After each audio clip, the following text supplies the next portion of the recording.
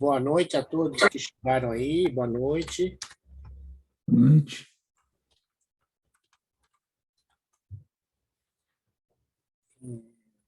Então, pessoal, o que eu vou fazer agora, né? Então, aqui nessa planilha me chegaram, quer dizer, eu recebi na planilha, pela planilha, 3 grupos, tá? Então, o que eu queria fazer agora era, porque como o seminário é depois do feriado, né? Tá? Começa os seminários, então, sortear para vocês irem preparando, né? Então, queria começar, como essa planilha aqui é online, queria começar pelas pessoas, os grupos que estão aqui, certo? Que me chegaram. E, eventualmente, algum ajuste pode ser feito, lógico, mas queria sortear os temas que estão aqui, né? Tá bom? As pessoas que estão aqui, pelo menos que me chegaram aqui, né? E aí, o pessoal pode ir preenchendo, né? A gente, a princípio, tem até possíveis 10 grupos, né? Mas eu acho que vai fechar em 7 grupos. Pelo pessoal que está frequentando aí, pelo menos, entregando as coisas, acho que é 7 grupos. Só queria reportar que eu já mandei, né, o bônus aí, tá? Do quem, as páginas que me chegaram, né, da votação, né, certo? Então, parabenizo aí. Deixa eu só ver.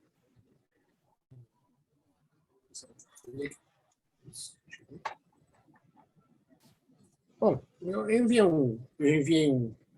um aviso, deixei em aviso, em PDF, né, tá? Então, ficaram muito legais as páginas de rosto, né? Então, como é que eu vou fazer esse negócio aqui? Eu tenho outro aqui. Então, vou sortear por o grupo. Vou sortear por o grupo 1, tá? Que é aqui o grupo do Dimitri, do Matheus, dos 2 Matheus, né? Da Sandra, da Sheila e do William, tá? Vou colocar o tema para vocês aqui, né? Então, vamos sortear agora. F9.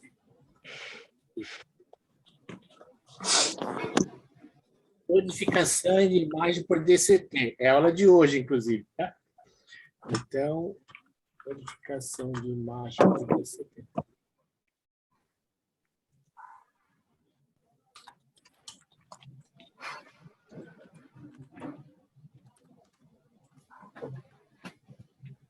Inclusive, é a aula de hoje, tá?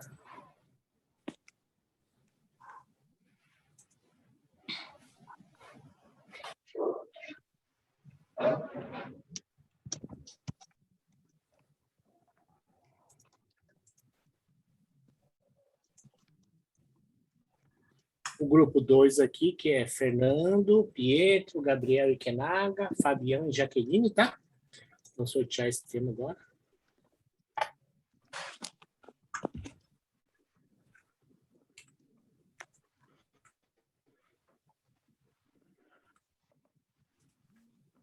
Teoria de cores, tá?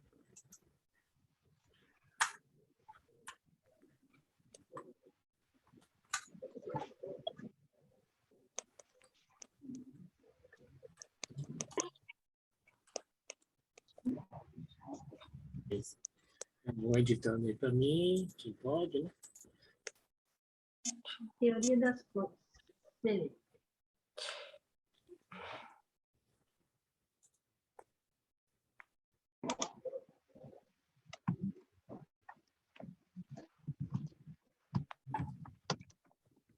O grupo 3, né? Que é Gabriel Agostini, Gustavo da Silva, Matheus Mergulhão, Nicolas Borges, Rodrigo da Silva e Samuel Roberto, tá? Vamos sortear o tema aqui. Se der repetido, pessoal, porque se não me engano, eu não tenho que fazer de novo, né? Córtex visual humano, tá? Córtex visual humano.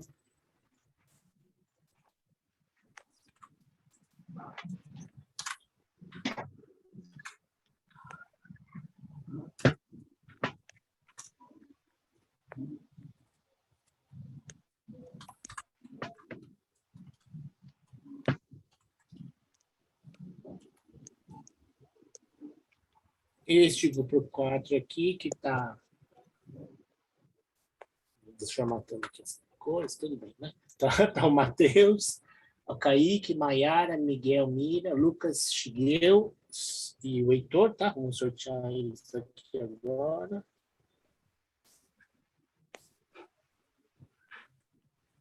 Padrão MPEG para vídeo. Padrão MPEG para vídeo.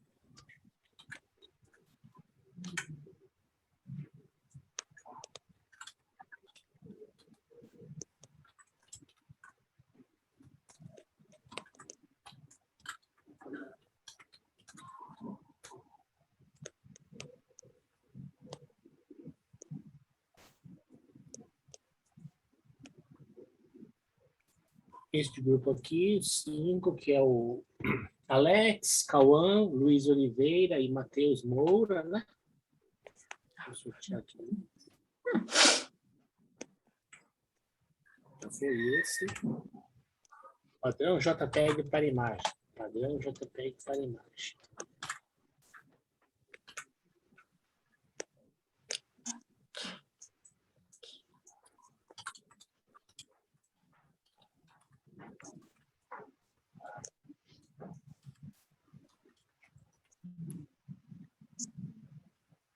Grupo 6, Beatriz, Vanessa, Thaís, William, Edson e Vitor Lima, tá? Vamos sortear aqui.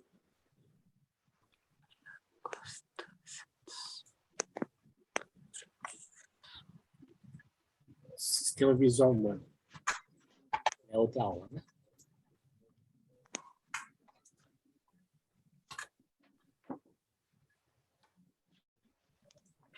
C.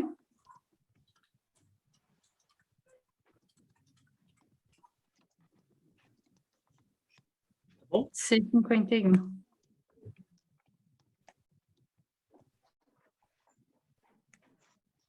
Então, bom, aqui sorteamos. Como eu falei, talvez entre mais gente, mas a princípio eu acho que C34.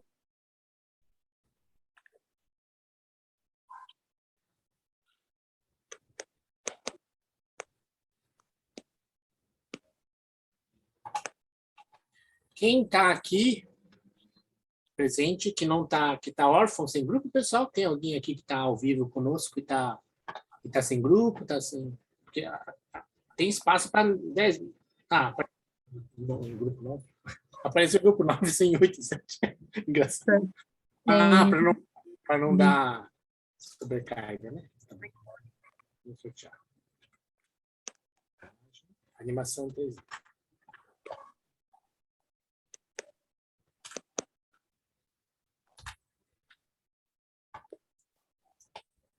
Que é a aula de hoje também, tá?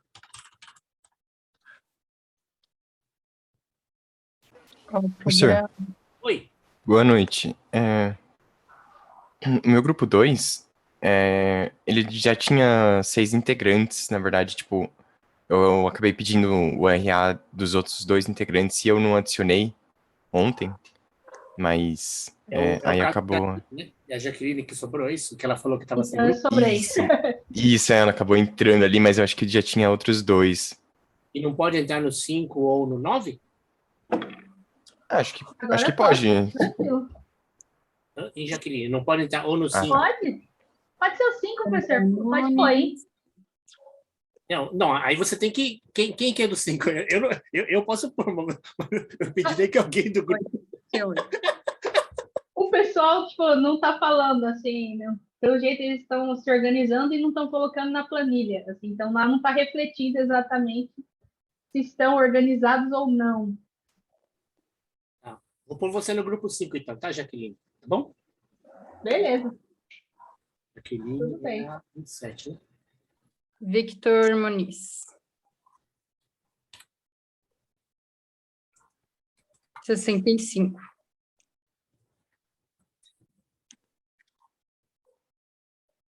Bom, então, tem alguém que... E aqui, então, se eu vou apagar, vocês apaguem. Então, vocês coloquem aqui né, o grupo 2, né? O grupo 2 tem mais 2, é isso? Isso, eu vou atualizar aí agora. Obrigado, professor. E tem espaço aqui para mais grupos, mas alguém está aqui? Frederico, achou grupo, Frederico? Frederico era aluno de depois, né? Está sem grupo ainda, né, Frederico? Você tem grupo, Frederico? Frederico? Tá por aí ou tá?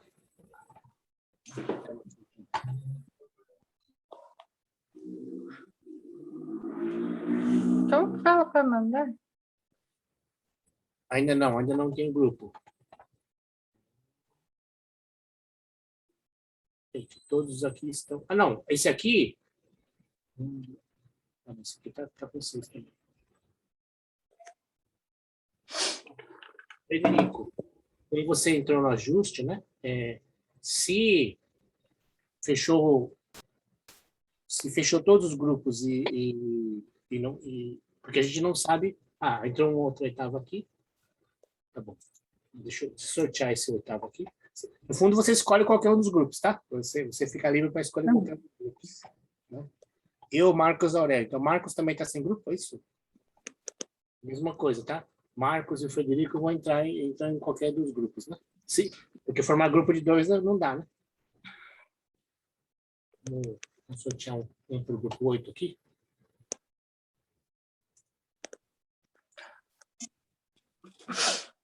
Codificação visual.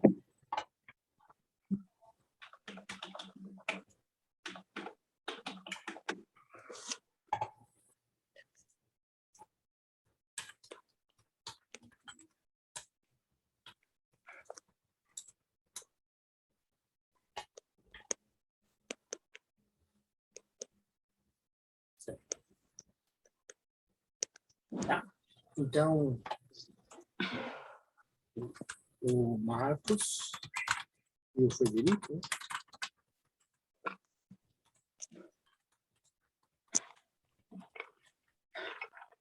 Eles dois juntos, né? Pode formar um grupo de 7, tá bom? 1, 2, 3, 4, 5, 6. Como você entrar no ajuste, né? Tá bom? Pode entrar no... Se tiver mais gente perdida, pessoal, se você quiser formar um separado, porque tem mais espaço. Tem espaço para ter mais 2 temas, né? Mas eu não sei se as pessoas estão vivas, entende? Às vezes a pessoa tá mas não tá, né?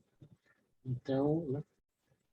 Se tiver mais gente que não está vindo aí, vocês podem montar um grupo separado, mas se não, vocês entram em qualquer um de 6 e fica 7. Tá bom? Boa noite, professor. Tá me ouvindo? Quem está falando? Eu, Jefferson. Ô, Jefferson. Eu tenho até um grupo, só que o pessoal já não responde há um tempo. Eu não sei se eles realmente estão fazendo disciplina ainda. Aí eu acredito que eu tô sem grupo, então. Eles Você não tá- estão aqui, nessa lista aqui dos 65? Essa aqui é a lista que está viva, né? Não vi que estava ligado, desculpa. Então, Jefferson, de novo, se tiver mais gente perdida por aí, né? Parece que não tá aqui não, professor. Oi? Parece que não tá nessa lista mesmo, não. Tá aqui não. Ah, tá. Então, o pessoal, né, que não está na lista é que não está vivo mesmo, que essa aqui é a última lista da Prograde, né? Mas tem gente aqui na lista que não está aqui nos grupos, tá? Porque aqui os grupos 6 vezes 8, 48, né? Tem um monte de gente ainda, tá? Então, talvez valha a pena esperar, né? Então, junto com o Marcos e o Frederico, né? Talvez valha a pena esperar um pouquinho, né? Porque, como tem 2 grupos ainda possíveis, mais gente aí, pode ser que vocês consigam formar um grupo, né? Tá? Ou então, vale a mesma ressalva para você. Se não conseguir, seja entre um grupo de 6 e vira um grupo de 7. Tá bom? Ah, tá vindo um grupo 10 aqui, ó. Mas o Augusto Randa não estava lá em cima já? Não.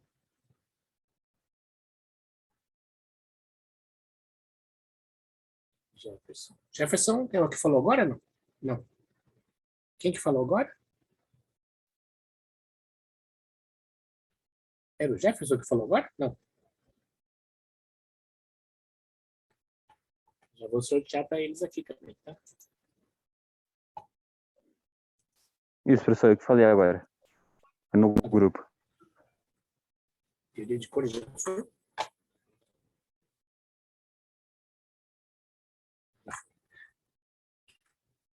foi. Codificação de vídeo. Codificação de vídeo não foi, né? Codificação de vídeo. Codificação de vídeo não foi.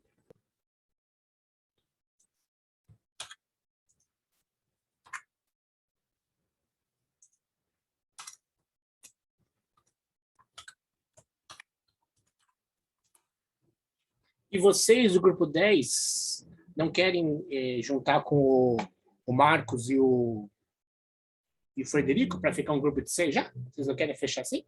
Não podem fechar? O Rick, Augusto, o Lucas e o Jefferson? Fica ruim? Por mim tá ótimo, professor. Não tem problema. Porque aí já fecha o grupo, já não deixa indefinido, né? Certo? Aí o pessoal que está vivo, o pessoal que está... O pessoal que está... Só que tá off. Não pode? Não pode colocar aqui o Frederico e o Pode colocar sim. Marcos? Pode sim, pode colocar.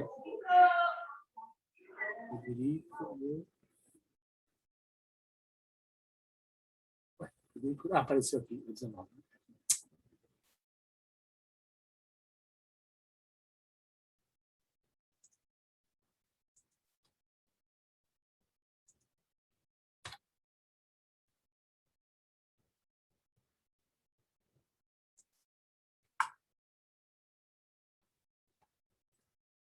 O Marcos, qual que é o Marcos? Marcos, só tem o Marcos? Não. Marcos, só tem o Marcos.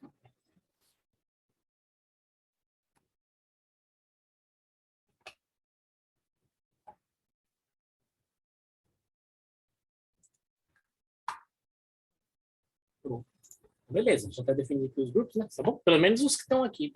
Ainda sobrou mais um último aqui que pode ser preenchido, né? Os temas estão aí. Bom, depois eu ponho as regrinhas, né?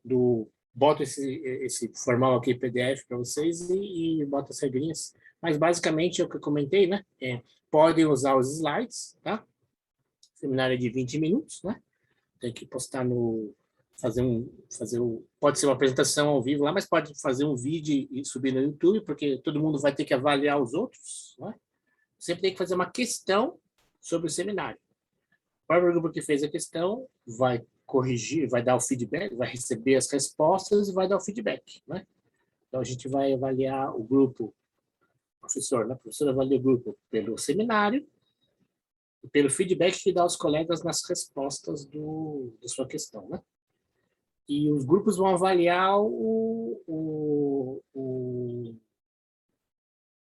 seminário, olhando todos, e vai dar uma notinha para o seminário, tá? E a gente dá um bônus para o melhor seminário também. Sempre tem bônus aqui. Tudo bem? Então, depois eu ponho as regrinhas direitinho, né? Mas já fica os temas, né? Pode usar, como eu falei. Todos os temas são tratados em aula, uns mais, outros menos, né? Certo? Quem tiver dificuldade de referência, me pede que a gente vai falando, né? Vai dando, né? Tá bom? Então, vamos falar da aula de hoje, que é sobre codificação DCT. A gente vai falar sobre introdução à imagem, né? Que no fundo é o laboratório dessa semana, né? Tá? Lembrar que essa semana já tem entrega de laboratório, né? Tá? Introdução à codificação de imagem, tá?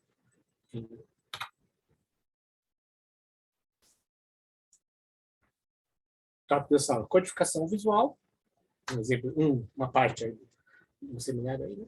Formalicidade de espaço de cores e codificação por transformados. Hoje a gente vai falar sobre formalismo geral e depois especificamente DCT, que depois vai ter DWT, que acaba a lista. A lista tem 2 exercícios, vou dar um terceiro hoje. Um quarto, na verdade, já está no laboratório, mas não vou pedir como lista, como é um exercício de fazer, então está no laboratório e fica no relatório também, né? Mas seria um exercício da lista, sobre a animação. E os outros exercícios a gente vai colocar na aula de DWT, tá? São 6, se não me engano. Uma codificação visual, né? Quais são os problemas computacionais da codificação, né? Visual, né? Seria essa a resposta, a pergunta que a gente quer responder, né? Então, redundância nas informações da imagem. Como a gente já tinha visto, né, na aula anterior, a própria sistema, né, o sistema visual, né, o sistema biovisual, né, ele já tem muita redundância. É a FOV, né, tem uma grande quantidade de, inclusive ela imprime, cada FOV imprime não, capta informação de estéreo, né, direito e esquerdo, tá?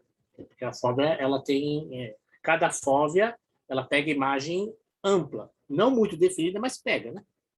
Como podemos transmitir com segurança informações visuais importantes? Se existe um link com comunicações, é isso daí, tá? Então, no fundo é o seguinte, pergunta para codificação visual, né? O que eu tenho que reter ou o que eu tenho que proteger para reter de uma forma confiável, para na hora que se eu perder, eu consiga transmitir, recuperar, né?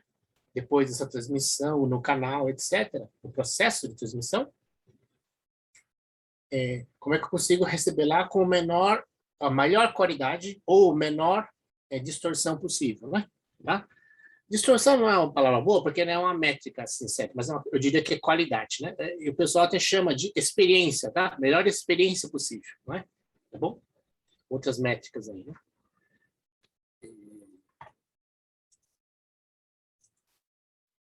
Uma abordagem geral, né, é a redução de redundância. Então, por que reduzir a redundância? Tá? Olha só, eu tenho aqui uma imagem preta e branca, né,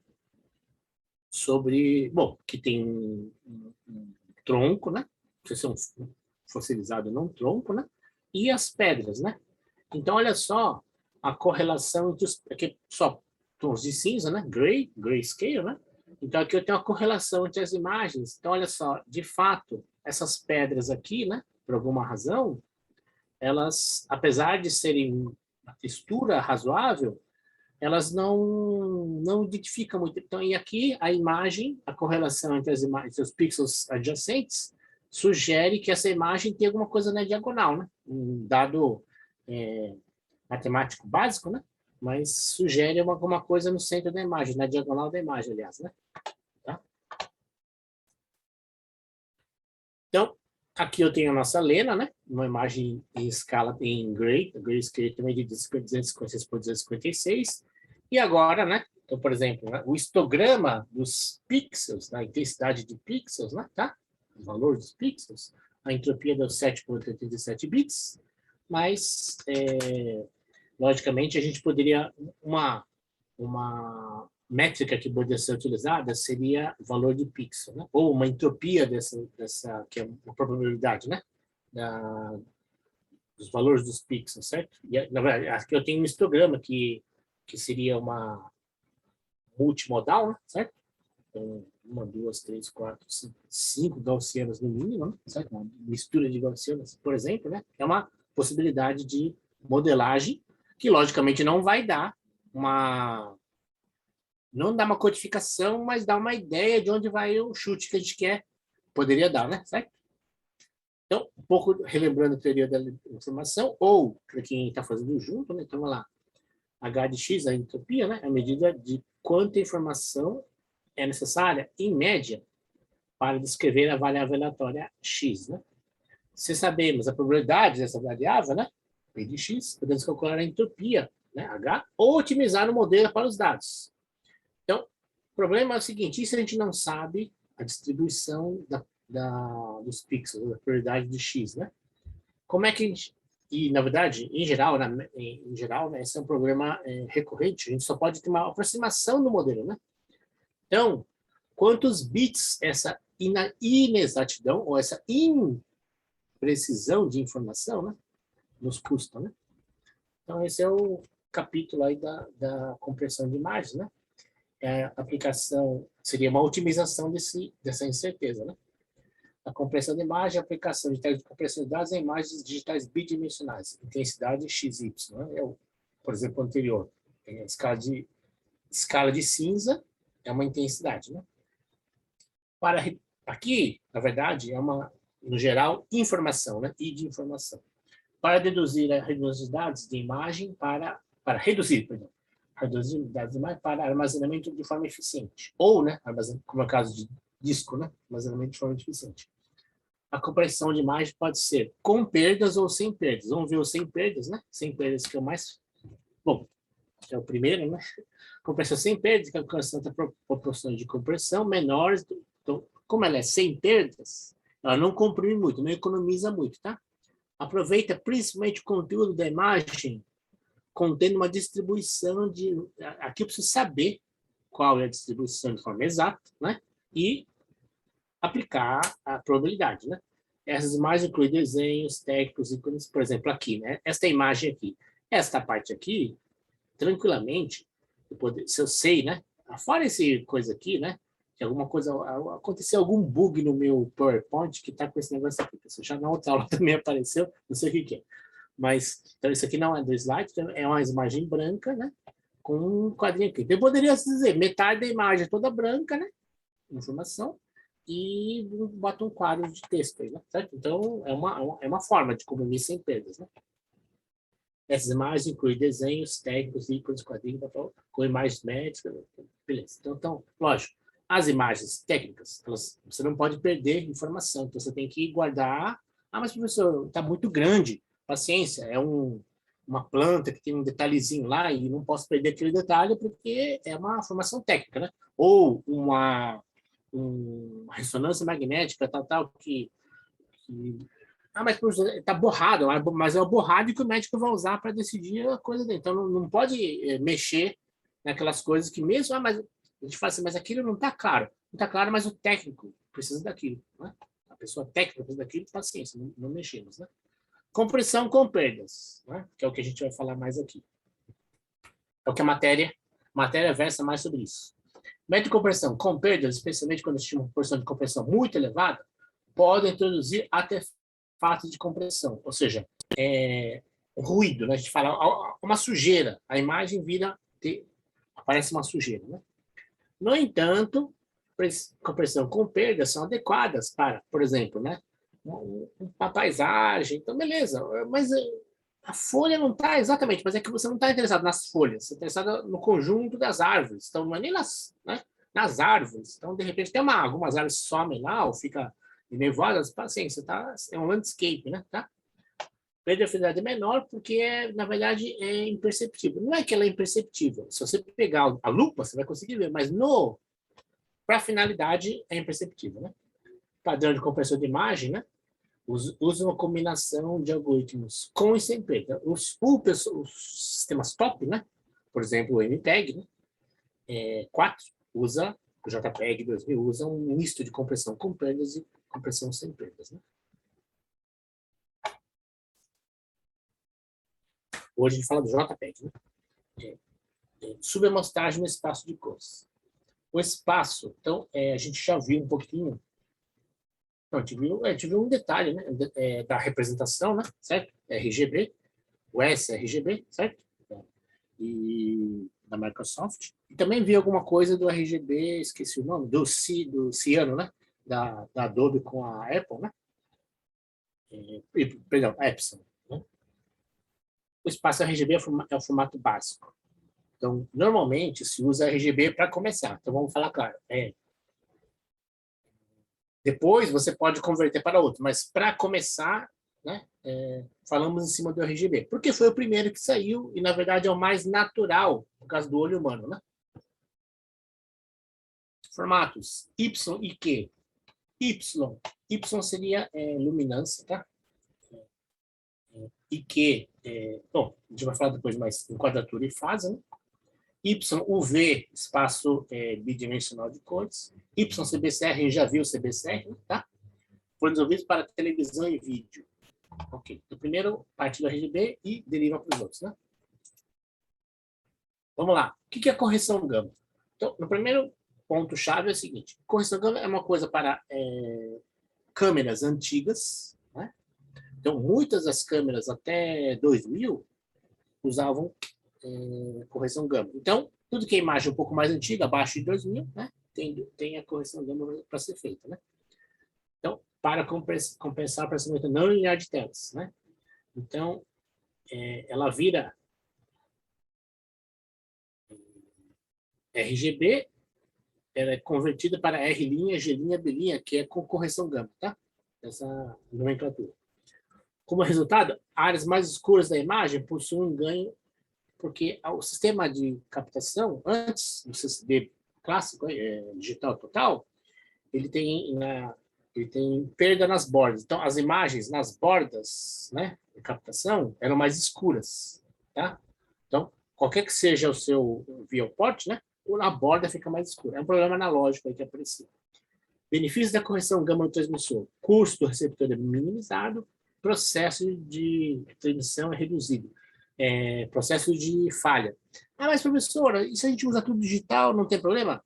Tem problema se você tem uma imagem que foi captada antes e não foi convertida, então ela só foi gravada analogicamente e foi digitalizada analogicamente, né, sem correção gama, você precisa fazer a correção, porque ela vai parecer mais escura, porque os receptores previam que a imagem vinha com menos intensidade nas bordas e corrigia no receptor, tá?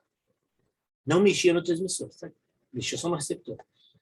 É possível fazer uma analogia da correção com o processo de compensação? Sim. Sim, tá? É possível, né? Tá bom? Só que, perdão, deixa eu só responder direito, né? O processo de compensação do PCM, né? E que existe na telefonia até hoje, ele é para melhorar a faixa dinâmica em relação ao sinal ruído do sinal transmitido. Então, ele também é um processo que trabalha com a não linearidade da intensidade do sinal, da amplitude do sinal, tá? De voz. Porém, não é um problema da linha, do processo de... O sinal acontece isso, o processo mas a finalidade não é porque o sinal tem problema na captação, não é isso. É porque ele fica melhor, né? Ele resiste melhor ao sinal, à linha, ao canal, ao ruído da linha, com a compensação. No caso da correção gama do vídeo, não. É que o processo de captação gerava uma distorção e a gente precisa compensar no receptor. Matematicamente parece igual, mas a finalidade é diferente. Tá bom? Gama é definido, então gama de Vout, então pega a tensão e eleva a gama, né? Onde Vout é o valor de luminância e o Vin é o sinal captado. Então aqui está a faixa de luminância original, né? E aqui, ó, o sinal, né?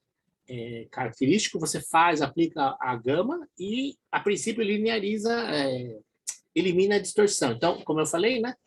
Então o sinal que, digamos assim, tem perda, né? E você refaz essa perda e a princípio lineariza a intensidade das imagens, né? Então, aqui ele fica... Ah, mas professor, ele fica assim, ele fica com essas... eu acho que o jeito com que é aplicado, ele é por faixas, né? Então, mas na hora que você está vendo, não vê a faixa, tá? Mas ele se vocês devem perceber, mas ele fica, né? Ele atua principalmente nas bordas da imagem, tá? Principalmente no meio não é tanto, mas nas bordas da imagem.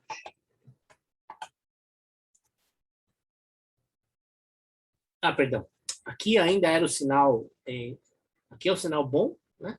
E aqui é o sinal codificado, né? Então, o sinal certo é esse aqui, tá? Deveria ser esse aqui. O sinal gamesado, né?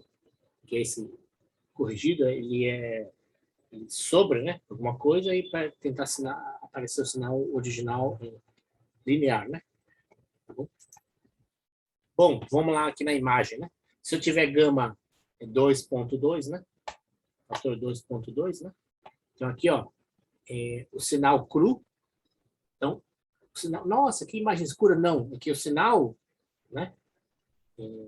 Ó, o sinal gama, ele aparece mais claro, né? Foi corrigido, né? Tá? A maioria dos arquivos de imagem usa a gama de codificação 1.2.2, é isso aqui, tá? 1/2.2, tá?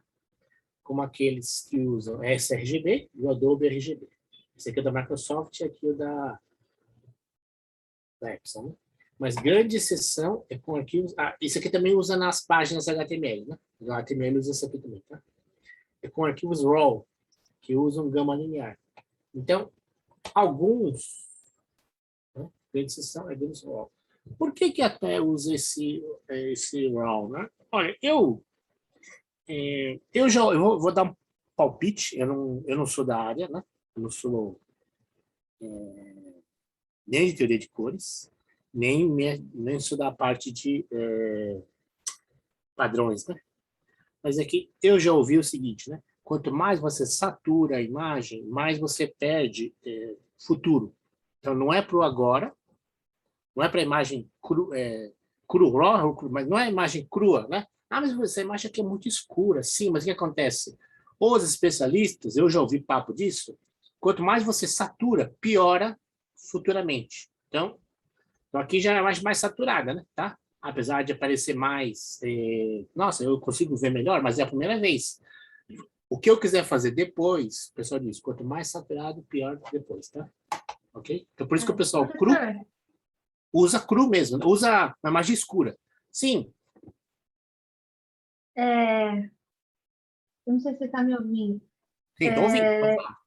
Eu conheço um pouco de fotografia e eu queria, tipo, aproveitar essa aula, assim, perguntar, assim, porque, por exemplo, os fotógrafos profissionais, eles sempre preferem fotografar em arquivo RAW, porque, por exemplo, se estoura a luz, fica muito branco, por exemplo, o céu, ou então, por causa do flash, parede fica com reflexo no rosto e tal.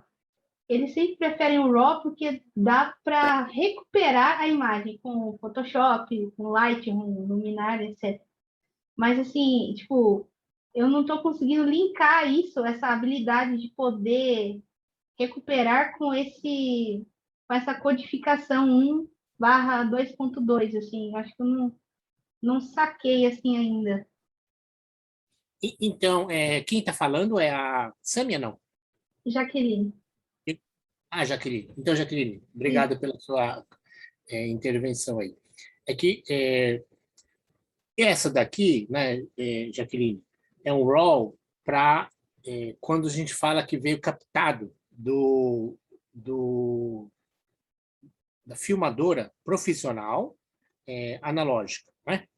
Então, que também é melhor que várias digitais aí. As digitais, né, acima de $200 mil, né?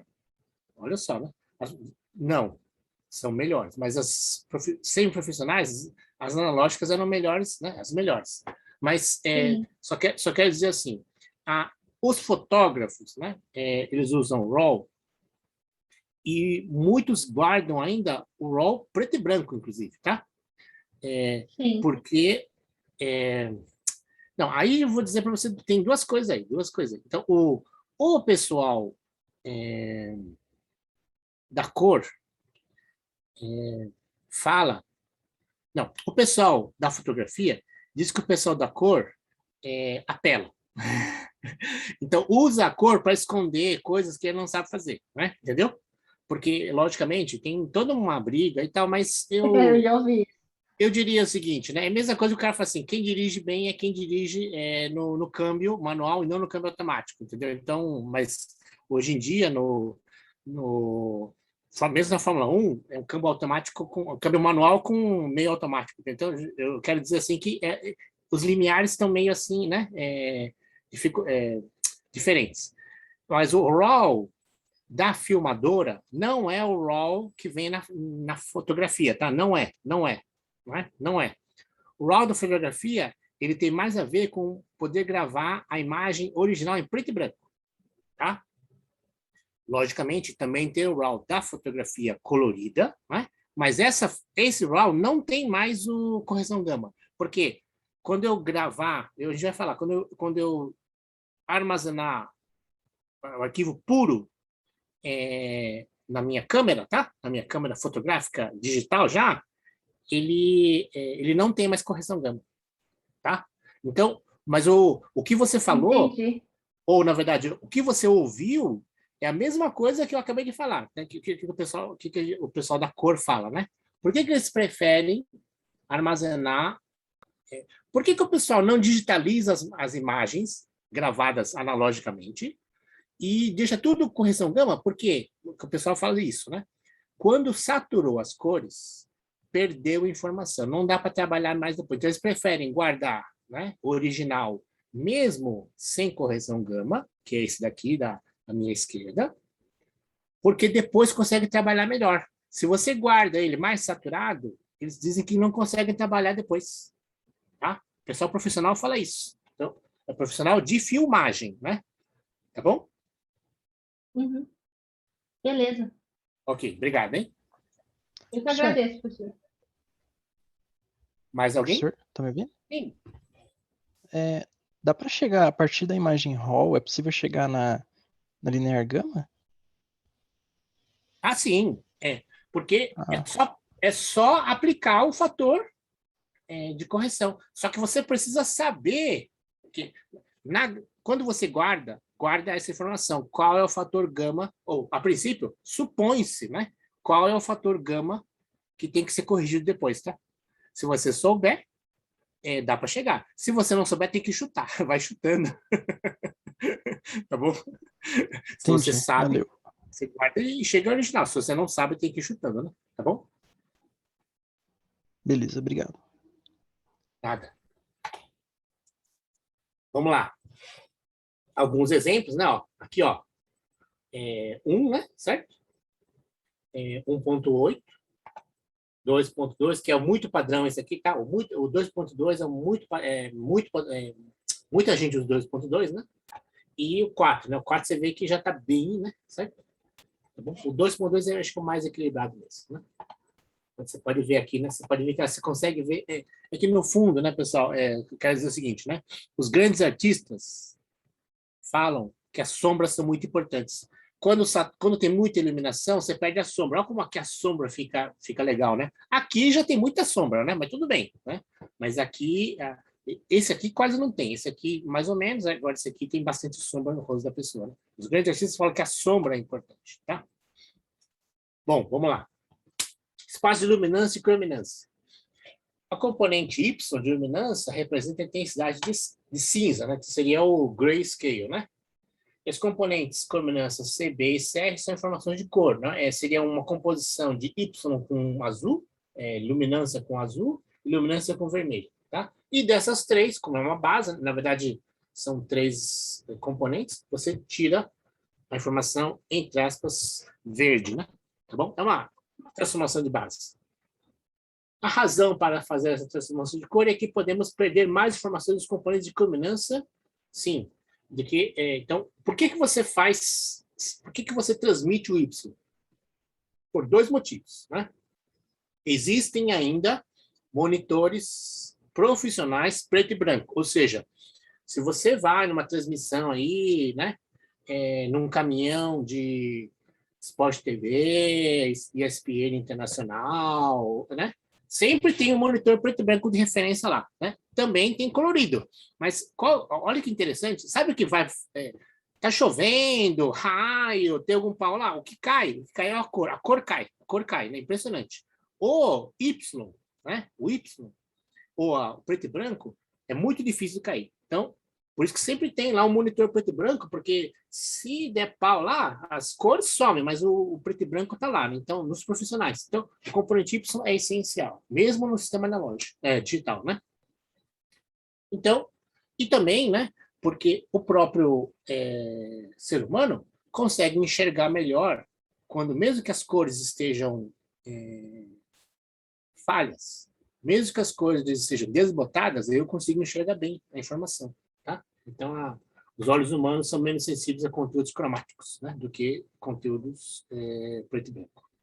Pelo caso do que tem muito mais bastonetes do que cores, né, certo? Equações.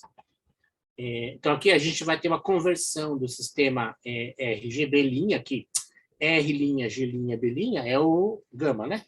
E a gente converte desse jeito aqui. Como é que eu chego no cinza, né? Com essa combinação aqui, é uma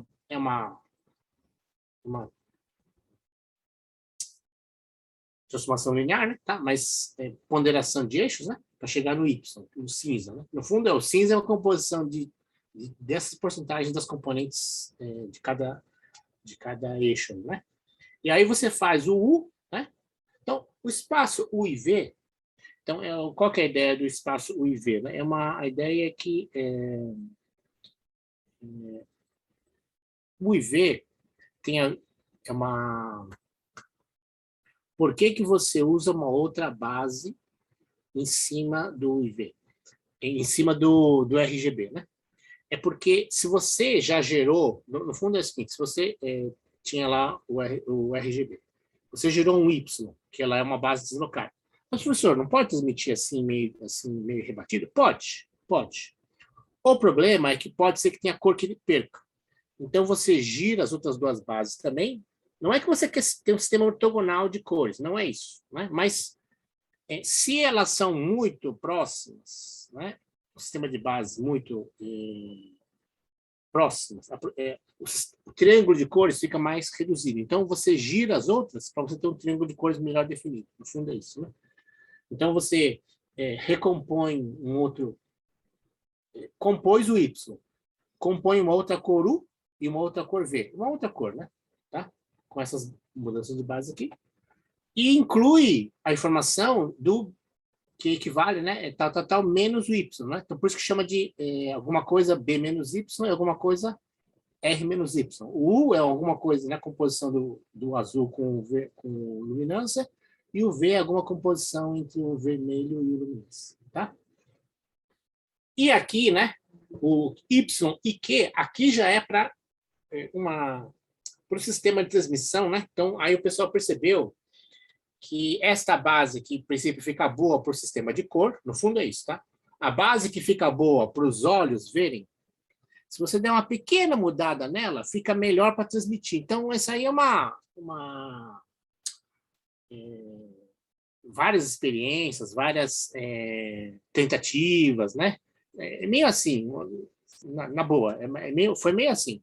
Você tinha um transistor lá de transmissão, e os transistores, o sistema de transmissão e recepção, baratos e bons e baratos e confiáveis, saturavam uma faixa, né? Ou eram bem lineares uma faixa. Então, o pessoal falou assim, se eu começa a usar algumas cores, né? No sistema YV, nesse transistor, que depois, quando chega no receptor, fica saturado, então ela distorce a cor. Então, eu falei assim, agora, se eu der uma giradinha na base, para esse tipo de transistor, né? E, na verdade, o transistor da RCA, né? Então, eletrônica, que é a RCA. A RCA é a que dominou o sistema inclusive o sistema de cores, foi ela que bolou, tá? Então, logicamente, se você bola um sistema de cores que detona o seu produto comercial de transistor, né? Você está doido. Então, você fala assim, vamos bolar um sistema de cor que funcione para o meu transistor. Por quê? Porque eu vou vender 500 milhões de transistor de entrada, né? Certo? No seu sistema de cor já vai vender 500 milhões de transistor. Está na cara que a RCA fez isso. Então, elas bolaram um sistema de cor que ia bem para o transmissor receptor chip, né? Chip não, elemento semicondutor para o televisor deles, né? E tá certo. Eu faço um sistema que eu sei fazer funcionar bem. E custa tanto. Quem faz, né? Quem faz tem o direito de achar a solução sem abusar, que ele consegue vender, né? Chegou primeiro, né? Tá bom? É a vantagem de chegar primeiro, né? Nota. Um Y' é muitas vezes chamado de luma, né? Luminância. E o linha, já falei, são as transformações da correção lema, né? Equações YCBCR. Isso aqui vocês vão fazer no laboratório, né? Tá? Então, aqui, ó. Aqui está a imagem original, RGB. Aqui eu fiz a conversão para chegar à luminância. Olha que legal, né? A luminância. Então, tem gente que fala, né? Eu já não sou da área, mas tem gente que fala assim, nossa, né? Lógico que a cor é mais bonita, né? É mais bonita. Mas a essência está na luma. Então, eu não sei pegar esse negócio aí, mas tem muita gente que fala isso, tá? Lógico que a imagem colorida é mais bonita, mas a essência está na luma, tá? Então, está no preto e branco, né? Então, não sei, o pessoal fala isso, né? Então, vamos lá. Esse sistema aqui, né? Do SDTV. que é o sistema, um dos sistemas digitais, tá? Então tem essa base aqui né? Essa conversão de bases para chegar no YCBCR. E o HDTV é o que tem na Sky, por exemplo, né? Tá? Então, alguns TVs digitais usam esse sistema aqui, tá? Então tem esse é um pouquinho diferente, né? Bem, alguma diferença, né? Mas é uma questão de padrão, né? Padronização, tá bom? Sobre a amostragem, então, por que existem essas diferenças, né? Eu diria que, então, na verdade, né, pessoal, sempre foi por causa do sistema de erro, né? Então, o pessoal, vocês percebem, mas professor, eu estou perdendo, se eu perder essas cores aqui, perde muito? Muito não perde, o importante é não perder o Y é que a gente não pode perder, tá? Se eu não perder todas as cores, alguma coisa vai perder. Mas os sistemas de transmissão foram bolados para, perdendo mais ou menos cor, ter uma entrega melhor, né? Então, é isso. Vamos lá. Professor, uma dúvida. Oi, sim. Se o senhor puder voltar no slide anterior, por favor. Isso aqui. Em relação à quantidade de informação, assim, visualmente falando, o Y é o que deixa a imagem mais nítida, né, em comparação com as outras. Então, pode-se dizer que a quantidade de informação nesse canal, digamos assim, ele é maior que nos demais? Como que funciona a distribuição da quantidade de informação em cada um deles? Então, quem está falando? É o Matheus. Ô, Matheus, então é o seguinte, ó. A quantidade de informação é a mesma. Olha que pega essa, hein? O problema, né, Matheus, é que a gente não enxerga as outras coisas. Então, o que quer dizer isso? A informação, enquanto não está codificada, ela está toda aqui. Então, a quantidade de informação, inclusive no RGB, é a mesma que está no... mais ou menos, né? A mesma que está no Y', a mesma... O problema é que no RGB está em 3 profundidades, tá? Aqui está em profundidades separadas, né? Mas a quantidade de informação, a princípio é a mesma. Só que a gente enxerga bem isso daqui, né? Ou, não é que bem, como eu falei, hein? Ó, Matheus, o pessoal fala isso. É lógico que no RGB está mais completo. A cor está mais completa. Mas a essência está na Luma. Então, tem gente que fala que enxerga melhor no preto e branco. Ou, essencialmente, vê no preto e branco. Tá? Principalmente artista fala isso. Mas esquece essas duas aqui, vamos pegar só esses dois subespaços aqui. A informação do Y' e do CB é a mesma, assim como a do CR e do CB é a mesma, e do CR com o Y'. O problema é que nós, seres humanos, né, como a gente tem muito pouco receptor colorido, a gente não enxerga bem quando ele está numa componente só, não enxerga bem. Então, a gente enxerga pouca coisa, mas a informação, provavelmente um gato, o CR, nossa, o gato veria o CR assim, nossa, estou enxergando, se o gato falasse, né? Estou enxergando tudo, né? Uma borboleta, uma abelha, talvez enxergasse o CB, que a borboleta vê mais ultravioleta, a borboleta não, a abelha vê mais ultravioleta. Então, pode ser que o CB fique muito mais definido para a abelha, e para o gato fique muito mais CR. Mas para nós, pobres humanos, o Y é que pega melhor. Entendeu? Então, é que o nosso receptor, nosso sistema visual, está mais separado do Y. E não tanto para esses dois aqui. Mas a informação, em termos de numérico, está igual nos 3. Tá? Mas, não sei, eu estou enxergando muito mais no Y' do que no CBCR. Ou tem alguém aqui que está enxergando melhor nas outras... Tem alguém que enxerga melhor nos outros? Ou todo mundo enxerga como eu, melhor no Y'? Entendeu? Melhor no Y. Hã? Melhor no Y. Então, alguém enxerga melhor? Alguém é mais abelha ou gato aqui? Não. Entendeu? Não. Mas a informação é a mesma. O problema é que a gente enxerga menos nas outras. Tá? Agora a gente vai mostrar que, sabendo disso, né? Professor, já que eu enxergo mal isso aqui, posso piorar mais ainda? Pode. Pode. Então, o que eu quero dizer que essa engenharia de comunicações é isso. Eu vou piorando até alguém deixar de pagar. Mas até isso eu consigo detonar, porque eu faço oferta e a pessoa, mesmo com coisa ruim, continua pagando. Mas, no fundo, em sistema de comunicação, eu vou piorando, até o cara fala assim, não quero mais e nem vou pagar e vou embora, né? Aí tudo bem. Mas você vai piorando, até o cara fala assim, chega, não aguento mais de tão ruim, tá? Então, tudo bem? Então, podemos piorar mais? Podemos, né? Se o cara não perceber... Tá? Posso mudar? Ah, sim. Obrigado. Então, a gente vai fazer a subamostragem, né?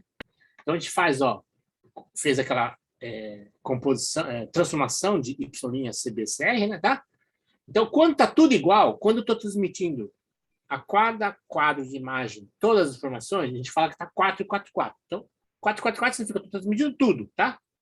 Tudo de luminância, tudo de cor CB e tudo de cor CR, né? Porém, eu posso ir piorando o CB e o CR. Então, por exemplo, a cada 4 pixels de informação de luminância, eu transmito só, posso fazer 4, 2, 2, que significa metade da informação de azul, metade da informação de azul CB, né? E CR, ou metade de azul e 1/4 de CR. Tá? Ou, por exemplo, imagens que são listadas, né? Para que eu vou fazer detalhe na vertical se a minha imagem é listada, tá? Então, eu posso fazer na horizontal 4:1 e vice-versa, né? Tá? E melhorar na outra, né? Então, 4:1 numa sentido e 2:1 na outra. Ou 1:1, né? O 1 significa praticamente a cada 4 pixels de luminância, eu envio só um de luminância B e outro de luminância R. Né? Pode ser que eu possa até transmitir 0, tá? 4, 2, 0. 4, 1, 0 não, mas 4, 2, 0 é um padrão que é possível, né? Cada 4 informações de luminância, 2 informações de croma B e uma só de croma R. Tá? 0 de croma R, perdão. 4, 2, 0. Tá bom? Aí sim eu estou perdendo informação, né? JPEG, né? Então, no JPEG é o que a gente vai ver agora, né? Então, as questões geralmente chamadas de... Então, a gente piora assim, ó. JPEG, os 2 padrões, assim, não é que possível, mas recomendados são 4:1, que é drástico, né? E o médio. O médio é o 4:2:2, certo? E um drástico é 4:1, tá? No JPEG. As outras são possíveis, mas não é JPEG, não é recomendação JPEG, né? Tá? Então, se eu mostrar os componentes CB e CR, vamos ver se eu consigo enxergar aqui. Ah, não deu. Aqui, né? Esse slide aqui não está explicando direito. Aqui está. 444. Não sei se dá para enxergar, pessoal, mas seria aqui, né? Cada pixel, o pretinho é a luminância, tá? E aqui, onde tem as informação, todos os pontinhos pretos estão com um círculo maior, né? Aqui, B, 422. Então, aqui, ó, tem todos os pontinhos pretos, porém, eu vou colocando, por exemplo, na vertical aqui, eu ponho todos os círculos aqui, circunferência em volta, pulo uma coluna, faço todos aqui em volta, pulo uma coluna, faço em volta, pulo uma coluna. Então, aqui eu estou chamando de 422, porque eu estou transmitindo a cada 4 pontos 2 de CB e 2 de CR. 411, né? Então, eu faço mais ou menos a mesma coisa, eu faço 4 pontos aqui e pulo, né? Fica 3 colunas sem nada e de novo aqui. Então, 411. E o 420, então, isso daqui, pessoal, é uma composição, não é bem assim, né? Depois que o outro slide está melhor, né? Então, esta bolinha aqui, né? No meio, tá, professor? Sumiram? Sim, sumiram porque o CB e CR estão compostos aqui, tá? Então, eles aparecem aqui no meio. Né? Então, nem em cima do pontinho ele aparece. Isso aqui é uma representação. Vamos ver se o outro slide fica melhor, né? Aqui já, desculpa, perdão, aqui já é direto no JPEG, né? Então, JPEG todo o campo do Y, o CB, né, é a cada metade, né, e o CR metade, então 4, 2, 2. O JPEG eu posto tudo no Y, a cada 4, 1 eu ponho no CB, a cada 4, 1 eu ponho no CR, então é o 4, 1, né? Aqui é mais fácil de entender, né, mas aqui é o JPEG, né? O outro era genérico, né, ou mais opções, o JPEG prevê essas duas codificações. Tá? Então, o que é? Passamos aqui uma coisa genérica, né? Genérica não, uma coisa proposta. E agora, como é implementada aquela proposição? Aqui é uma proposição, mas não tem a solução. E aqui é como é implementada. Então, aqui, vamos falar de codificação por transformadas, ou transform code, né? Epa, estou um pouco atrasado aqui. Estou um pouco atrasado por causa do sorteio, né? Então, aqui tem alguns dados que eu vou ter que passar um pouquinho mais rápido, tá, pessoal? Codificação por transformadas, né? Então, isso é uma piada a partir do domínio espacial temporal para o domínio transformado. Então, você pega um domínio, que é espaço ou tempo, ou ambos, no caso, às vezes é ambos, né? Mas, sei lá, ou espaço ou tempo para ficar mais fácil, e joga para um domínio de uma transformada, né? Então, o sinal pode ser uni ou multidimensional. O espaço de cor é tridimensional, por exemplo, né? Transformadas ortogonais são mais usadas, pois o clareamento é único e reversível, perdão, por causa da ortogonalidade, né? A gente vai ver um exemplo aqui de linear. A energia é preservada, certo? Se eu preservar a energia, né, eu consigo recuperar pela transformada inversa, né? Parseval, né? Para a compressão de imagens, a gente usa, e sim, em números, tá? Mas como norma, duas, né? É a DCT do JPEG, do JPEG 2000 e do MPEG, tá? Vamos lá, vantagem da ortogonalidade. Então, se a minha transformação é ortogonal, né? C transposto C dá a identidade, né? Isso implica, né? Que a inversa é a própria transposta, né? A transformada fornece a transformada direta, né? Se eu quero transformar de X para Y, eu faço esse sanduíchezinho, né, tá? Eu faço X vezes CT e depois multiplico por C, tá? Faço C vezes essa multiplicação. Resolvendo, se eu quero obter do Y para o X, né? Eu pego o Y, aplico o CT, né? Então, se eu substituir CXCT, né? No Y, aqui ela existe, né, a identidade, certo? Então fica XCT. E aí, se eu multiplicar esse componente por C de novo, né, certo? Então XCT vezes C, identidade, então vira X, certo? Então eu faço, no fundo, para resolver, eu coloco CT e C. Então, o Y é XC, XCT, e o Y. Então, para mim obter a codificação, eu faço, né, esse sanduíche entre C e CT.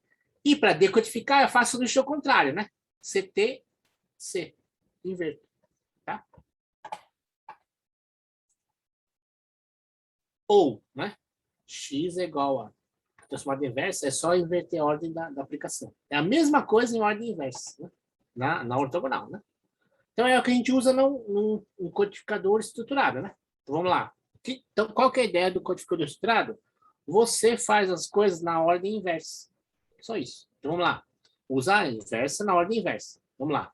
Então, eu usei uma imagem, né? Eu faço uma transformação nela, obtenho o Y. Aqui, né, esses dois blocos aqui não são da codificação, tá? Eles são da quantização. O que é a quantização? Eu tenho que reduzir os bits de alguma forma. E aqui a perda. Sempre a perda na quantização. Não tem jeito, tá? Então, coeficientes aqui, eu quantizo e obtenho os índices, né? Então, a quantização significa obter os índices de quantização, porque os vetores eu já tenho aqui. E aí eu codifico os índices, certo? Aqui eu tenho codificador de canal em geral. O codificador está aqui, o bitstream de transmissão, e eu faço um decodificador. Faço o dequantizador, o quantizador inverso, pego o Y, e faço a transformada inversa, que é aquela matriz, aquelas duas matrizes, na matriz C, XCT ou CTYC, certo? Transformada T de X é usualmente inversível, ou seja, eu tenho a T menos 1, né? Tá? E a quantização não é inversível, ou seja, introduz distorção. A quantização sempre introduz distorção, não tem jeito. Né? A combinação de encoder e decoder, esses dois aqui, né? Tá? No canal, a princípio, o codificador de canal, a princípio não gera perda. A princípio não, a ideia é que não gere perda. Se você está detonando o índice, né? Não dá, né? Tá? Vamos lá. DCT. Então, o que é a transformada discreta de cosseno, né? Que é usada na norma, né? Então, eu tenho que ter um bloco, né? L por L, então eu trabalho com, a princípio, blocos de 8 por 8. Tá? Mas poderia ser, a norma fala L por L, né? Tem que ser um quadrado, né? De L pixels por L pixels. Então, o mais usual é 8 por 8, tá? A imagem L por L é dividida, perdão. Então, aqui, ó. L por L é o tamanho de anteja. L por L, por exemplo, 1024 por 1024. Então, eu tenho uma imagem, né? Quadrada, de blocos ou pontos. E aí eu divido esta imagem em, né, blocos N por N, tá bom? E o N por N é 8 por 8. Então, tanto faz, 1024 por 1024 e, por exemplo, 16 por 16. Mas na DCT, né, a gente faz uma imagem quadrada e divide isso em blocos de 8 por 8. É o mais normal, tá? Então, vamos lá. Eu faço essa blocagem. Então, eu faço cada bloco de DCT, esse pedacinho aqui, esse quadradinho. Esse bloquinho aqui é um bloco N por N, por exemplo, 8 por 8, né? Então, eu tenho um espaço nesse 8 por 8, U e V, um subconjunto, né? U e V. Eu faço um seletor, uma definição normal aí, né? Codificação de linha, né? VLC, tá? De linha. Coluna e linha, perdão. Eu não lembro qual que é linha, qual que é coluna, mas um é o outro, né? Um e outro. Um buffer, né, para guardar scan, né? Um multiplexador e um codificador de canal. Então, aí sai para o canal, aqui não está muito, mas aqui tem uma flechinha, vai para o canal, né?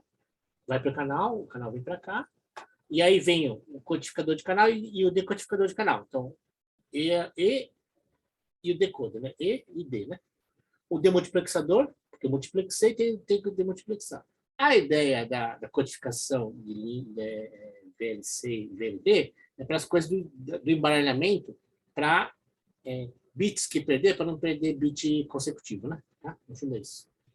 Aí eu faço o codizador inverso, o codizador está aqui. Aqui, então, como eu falei, tem perda, né? Certo? Aqui eu tenho, então, a minha transformada DCT, eu tenho a inversa DCT, e aqui eu tenho a imagem, o bloco de imagem recuperada, e aqui eu tenho que bufferizar e compor de novo, né? Tá? Ele faz por um bufferzinho, ele tem que armazenar todos os bufferzinhos, depois bufferiza de novo e faz streaming da imagem, né? Versão simples de codificação de imagem tal.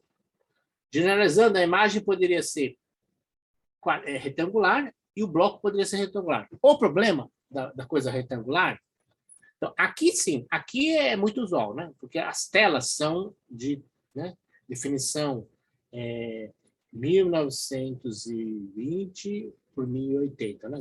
Já é o tamanho da tela retangular, né? Certo? Mas aqui no processamento, quando ele é retangular, não é quadradinho, ele tem um pouco atraso, uma ineficiência de conta, né? Então isso dá pipoca a imagem. Não é que pipoca a imagem. Quando perder, quando funciona, funciona. Independente se ele é retangular, bloco retangular, não. Porque quando começa a perder, ele demora mais para recuperar, tá? Então, a memória de codificador com bloco retangular é menos resiliente do que para blocos quadrados. Então, quando perde a imagem, fica pior. Então, por isso que padronizou-se de fazer blocos 8 por 8, porque o canal é muito ruim. Mas fibra ótica é bom, mais ou menos. Tá? Então, é bom quando ninguém usa. Quando começa a usar, começa a dar pau também. Entendeu? Então, o canal é mesmo fibra ótica, gera perda, né? Pouca, mas gera. E quando todo mundo está usando, começa a vir. E aí, e quando que todo mundo usa? Quando é legal, né? Quando é final de jogo, final de campeonato, hora do pênalti, o show, né? O artista principal vai cantar. É nessa hora que todo mundo quer ver vai dar pau, entendeu? Então, é nessa hora que o sistema blocado quadrado é melhor, né? Porque a perda é melhor recuperada. Pipoca, mas não é tão ruim, né? Então, dos coeficientes da DCT, né, pessoal? Alguns são mais importantes, acho que a gente vai ver nos próximos slides. Então, alguns valem, precisa proteger mais, né? A gente vai ver agora. Então, o que a transformada discreta de cosseno faz, pessoal? Então, a gente vai ver o DCT, inclusive o laboratório também, né? Foi selecionada por grupos de compressão de imagem e tal. Então, a DCT não leva a redução de imagem, perfeito, ela é só uma transformação, é uma mudança de espaço, né? Essas técnicas complementares de quantização e codificação de linha. E, então, para mim ter economia de bit, a DCT não serve. Então, mas, professor, qual que é a vantagem de você fazer a DCT? Primeiro, você tem que converter no espaço, que quando quantiza, perde menos. Então, primeira como eu falei, a quantização sempre gera perda, né? Então, é melhor gerar num espaço. Pergunta que se faz dá para se jogar a imagem em algum tipo de espaço que quando eu perder, perca menos? Então, no fundo, o que se faz na DCT? Você percebe que coisas de alta frequência, né? Então, por exemplo, se fosse uma Fourier básica, né? A fundamental é importante, a primeira harmônica é importante, vai lá, até a quinta harmônica é importante. Depois, a sétima harmônica, tal, sim, isso é importante, mas se eu perder harmônicas 13, 15, né? Até no ouvido até não ouve, por exemplo, né? Então, tudo bem não, é ruim, mas perdeu a fidelidade, sim, mas a qualidade é mais ou menos mantida porque eu perdi harmônicas de alta ordem, né? Tá? Então, decido também, na imagem, as grandes componentes, a fundamental, tal, são importantes. As altas frequências não são tão importantes, porque eu não enxergo mais. A minha retina, minha definição não enxerga, né? Tá?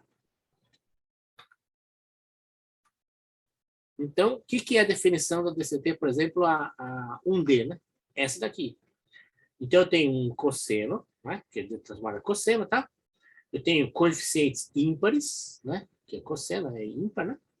Então, e eu tenho coeficientes de constantes de normalização. Então, aqui está as coisas. Então, a minha f é a função que eu quero transformar, né? Tá? Projeção de f sobre a função de base, que são os cossenos. Todas as amostras de f contribuem para o coeficiente. C0 é o nível DC. C0, com certeza, é mais importante, né? Assim como o nível DC, é o que traz mais energia, né? O valor médio é o que tem mais energia, tá? C0. Então, transformada discreta cosseno. Existe uma melhor ainda. Existe uma que tem mais eficiência. Teoricamente é melhor, KLT. Porém, não tem uma transformada FFT. Não tem um jeito de fazer a conta de forma eficiente, né? Então, por que se usou a cosseno e não a Kahun Leve, né? Que teoricamente é a perfeita, né? Por causa que não tem uma coisa eficiente. O CT é uma aproximação boa, então não sei quanto de distorção, mas tem, acho que 3%, se não me engano, de distorção, tá? Então, e tem algoritmos FFT, né? Muito bons. Desvantagem, gestor em blocos. Então, olha só, a KLT não é blocada e a DCT, não é que a DCT necessita ser blocada, mas é que a eficiência do algoritmo é em blocos. Então, se você está dizendo que a vantagem da DCT é que tem um algoritmo eficiente e o algoritmo é em blocos, então não tem jeito, você acaba usando a forma eficiente, né? Tá? Então, o que é uma DCT no codificador JPEG, né? É isso daqui. Então, você pega Então, a gente está falando só de um bloquinho de 8x8, tá? Só de um bloquinho de 8. Então, pega esse bloquinho de 8x8, ou blocos de 8x8, né? E aplica a DCT. Então, a DCT entra no bloco de 8x8, tá? No JPEG. quantiza através de uma tabelinha definida, né? E aí você faz o seguinte, o zero, né? O nível DC, que é o coeficiente zero da transformada, né? Você faz uma proteção, você codifica em DPCM, diferencial. E os outros componentes, os outros 63 componentes, aqui tem 64, né? 8 por 8. Então, um deles você faz um DPCM e os outros, todos os outros, as suas harmônicas, você passa direto sem codificação. Faz um zigue-zague nele, assim, na diagonal, tá? Faz o codificador por entropia, por uma tabelinha, e codifica o bitstream, tá? Então, esse é o encoder. O decoder é o contrário. Pega o bitstream, pega a tabela de decodificação por entropia, decodifica, faz o zigue-zague ao contrário. Logicamente, o nível DC, ele estava codificado em DPCM, ele tem que fazer um DPCM inverso, né? O decodificador DPCM. O AC vem direto, faz a condensação ao contrário, né? Certo? Faz a IDCT, né? E reconstrói a imagem. Tá? Então, esse é o padrão JPEG. Aqui estão as funções DCT do 2D, tá? Então, basicamente, é a mesma dobra. Então, aqui o que tinha no X, né? no 1D, mas agora é 2D, então tem que ter repetido para o Y. Igualzinho, só que agora você vai ter dois coeficientes, né? Ela tinha um coeficiente só, agora tem dois coeficientes. E a função, o pixel f e o v, está aqui, xy para virar o v, e o v para virar o xy. Tá? Ok? Então, mesma definição, só que normalizada, né? CU e CV para 2D, né? E aqui estão aqui é um plot 2D de todas as funções básicas, que são essas aqui. Essas funções básicas aqui, se você pega um pixel fixo aqui, você só quer ver o jeitão das funções básicas, né? E plota no plano de escala cinza, né? 2D, aparecem aqui as funções básicas. Aqui até que não está tão bem, mas ó, aqui então está o nível DC, padrão, né? Brancão, e aqui o maior alta frequência. Então, você percebe, então, significa o quê? Significa que a função 8, harmônica 8, né? 8 no Y, 8 no X, ela decodifica coisas de maior detalhe de pixel. Qual? Esse detalhe aqui. A função X00 é aqui, então decodifica cor, né? Branco ou preto. Essa 01 decodifica colunas, né? Preto e branco. Aqui, 10 decodifica linhas preto e branco, e assim por diante. Tá? Na resolução 8 por 8. Em cada bloquinho, 8 por 8. Né? Vamos lá. Então, aqui está no 3D, as funções base, né? Certo? E aqui estão elas, aquele padrão anterior com mais detalhes, o grid com mais detalhes, né? Separabilidade. Os coeficientes podem ser obtidos calculando. Você pode fazer o 2D, como é a mesma função, né? Só que aplicada duas vezes, você pode fazer a função D e aplicar primeiro a linha e depois a coluna, ou primeiro a coluna e depois a linha, tá? Que é a mesma coisa, né? Então, você tem ortogonal, então ela é também separável, né? Tá? Entre x e y. Você pode fazer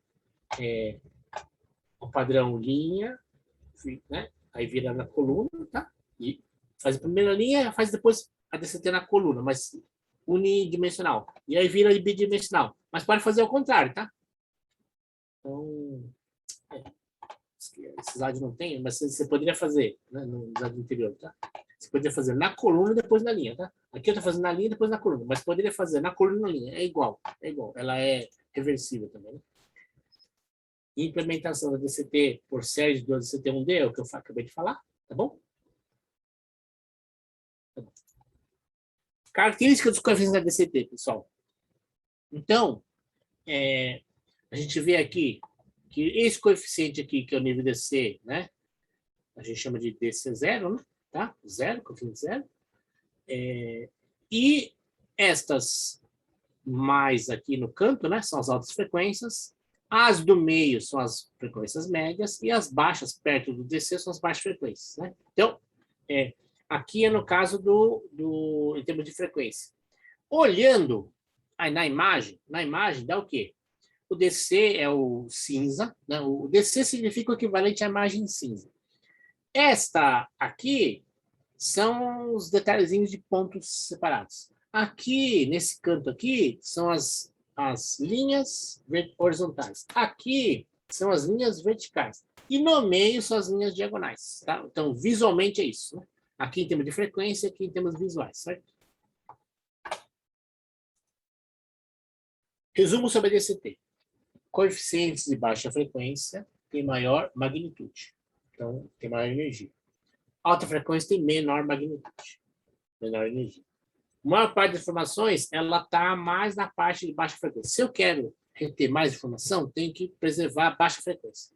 Mas o nível DC é essencial, né? Utilizo o coeficiente DCT para armazenar dados de imagem, mas descarta uma certa... Então, quando a gente quer, eu quero piorar a imagem, aqui não é por cor, não, eu quero piorar a imagem. Eu jogo fora a alta frequência. Por que, professor? Porque ele tem menos importância. Eu não me importa tanto para a clareza da imagem. Vamos ver algumas coisas aqui, tá? Então, aqui, compactação de energia perdão, aqui é previsão por energia e aqui é a melhor e otimização por estratégia, tá? Vamos ver. Vamos ver se tem exemplos aqui. Aqui é o exercício. No exercício, vocês vão fazer dois padrões aqui, né? Um F e um Gzinho, um tipo de bloco, né? E vão fazer vão gerar o F1 e o Gzão, tá? Então, um exercício de Python. Ou na mão, pode ser na mão. Antes, a gente pediu para fazer dos dois jeitos, porque na prova caía na mão, né? Mas paciência, agora só por computador, pode fazer por Python. Compressão. Então, esse aqui é o exercício 3 da lista, exatamente. Vai ter 10, né? Compressão de imagem. Então, aqui, ó, blocos de 8 por 8 e a imagem está aqui. Vamos fazer o exemplo aqui. Pô, já foi comigo. Acho que ainda não. Então, exemplo de escala de cinza. Eu tenho esse bloco aqui, tá? Eu não sei que bloco que é esse, mas um exemplo de bloco, né? Então, eu peguei esse bloco aqui e ele tem esses valores aqui, tá? Então, a gente sabe que o 0 é o preto e o branco é o 255. Então, tudo que é muito perto do 255 é mais branco. Tudo que é muito perto do 0, né? Tipo, 9 é bem preto, tá? Ok? 9 tá aqui, esse quadradinho aqui. Então, eu fiz uma DCT 2D. Gerou esses valores aqui. Então, essa aqui é a imagem original e essa aqui é a imagem no domínio da DCT, tá? Então, do Y. Aqui só está preto e branco, né? Então, se eu pegar essa imagem aqui e zerar todos os da diagonal para baixo. Então, aqui, ó, pego todos da diagonal aqui, alta frequência, né? E zero tudo. E fica assim, ó. Fica desse jeito aqui, ó. Olhando o espaço da DCT, tá? Agora eu faço a DCT inversa. Então, gera aquela lá, né? Tudo bem? Gera a DCT inversa. E agora eu vou colocar uma do lado da outra. Essa daqui é a imagem original. E essa aqui é a DCT inversa dela, zerada metade. Então, vocês percebam, né, pessoal? Professor, é um pouco diferente. Mas um diferente, que se você não olhar bem, você não percebe. É isso que a DCT faz. Então, no exemplo aqui, pessoal, eu apaguei metade da informação, as altas frequências, né? E mesmo assim as imagens são muito parecidas na reconstrução. Tá bom? O original é reconstruído. Pega essa, né? Então aqui, ó. Aqui está a imagem original e aqui a imagem reconstruída, sendo que eu zerei metade de cada bloquinho de 8 por 8. Olha só, né? Então, lá tá mais escurinha, perdeu alguma informação, né? Ficou mais emborradinho em algum lugar e tal. Mas, olha, bater o olho rápido, você não percebe direito, né? Qual que é o original, qual que é a reconstruída. Porque o olho humano é assim, tá bom? Agora, né, pessoal? Então, aqui eu estou colocando uma em cima da outra, tá? Original, reconstruído, original, reconstruído. Tá? Bronzeado, né? No fundo é o bronzeado que perdeu. Né? Então, aqui tem mais detalhes. Deixa eu ver aqui esse detalhe aqui. Aqui é um detalhezinho. Esses detalhes aqui, pessoal, por que eles estão aqui? Por causa da prova, tinha essas... Pode ser que a lista tenha, então vamos rolar. Então, cotações desse do JPEG. Então, você, não falei, esse aqui, o round aqui sai errado. O branco aqui é porque é junto. Saiu por alguma razão, o slide comeu aqui, apareceu um branco aqui, né? Então, eu faço o meu coeficiente quantizado, sem quantização, eu divido por um valor. A quantização significa isso. Eu tiro o inteiro para baixo, né, de uma divisão. Então, por exemplo, aqui, ó, aqui eu tenho, né, eu tenho os mesmos coeficientes do y, né, já dct, e aqui eu tenho os mesmos coeficientes de quantização. Por que quando eu dividir por um número 99, olha o que acontece, pessoal. Então, um número que ele vai até 255, né? No fundo, se o número é muito baixo, ele vai sumir, tá? Então, é o que vai acontecer. Aqui eu tenho que pegar esse valor e dividir por esse. Esse valor, valor por valor, né? A cada elemento da tabela eu divido pelo correspondente dele embaixo, né?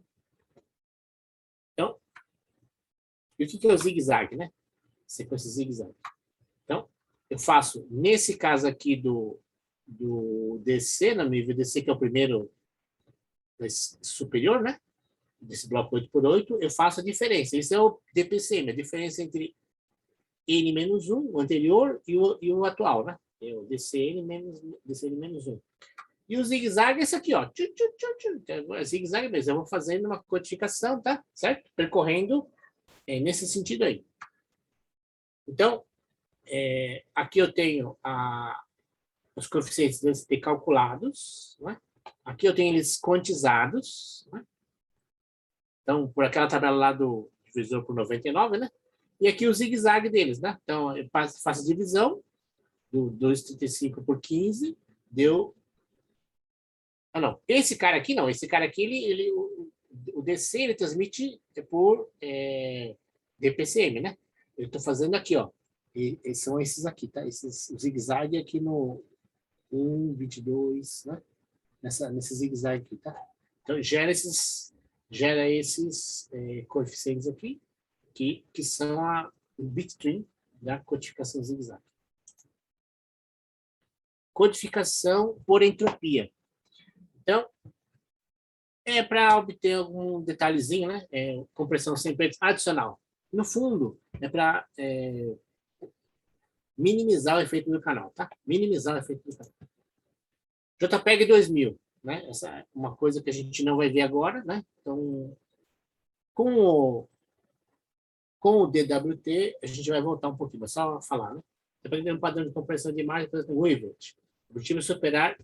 Então, a wavelet, ela é mais robusta para algumas coisas. Alta taxa de bit, então, ela comprime mais. Em baixa taxa de bit, então aqui, em baixas taxas, a qualidade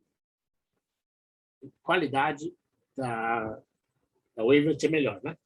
Quando é média, não tem tanta diferença.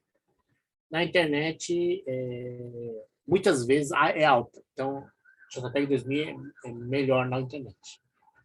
Grande compressão sobre o JPEG é atribuído ao uso da DWT, né? Que a gente vai ver na próxima aula. Né? E aqui alguns livros usados, né? E algumas referências de site. Tá bom? Tem um livro mais. Esse livro aqui está na biblioteca tá no Sofia, né? Tá bom? Cansei.